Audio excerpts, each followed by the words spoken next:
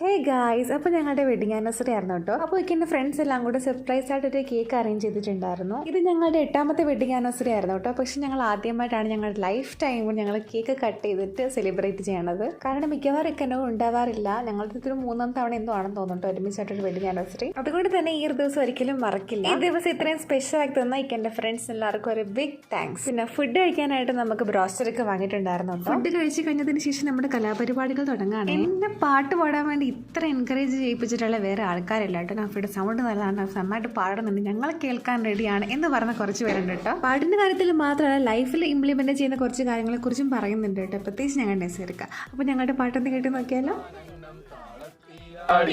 മന്ദാരക്കൊമ്പത്തോരു ഞാലിലാടി ഒന്നിച്ചു രണ്ടോമൽ പൈങ്കിളികൾ, ഒന്നാനാം കുന്നിന്റെ യോമനകൾ, കാടിന്റെ കിങ്ങിണികൾ.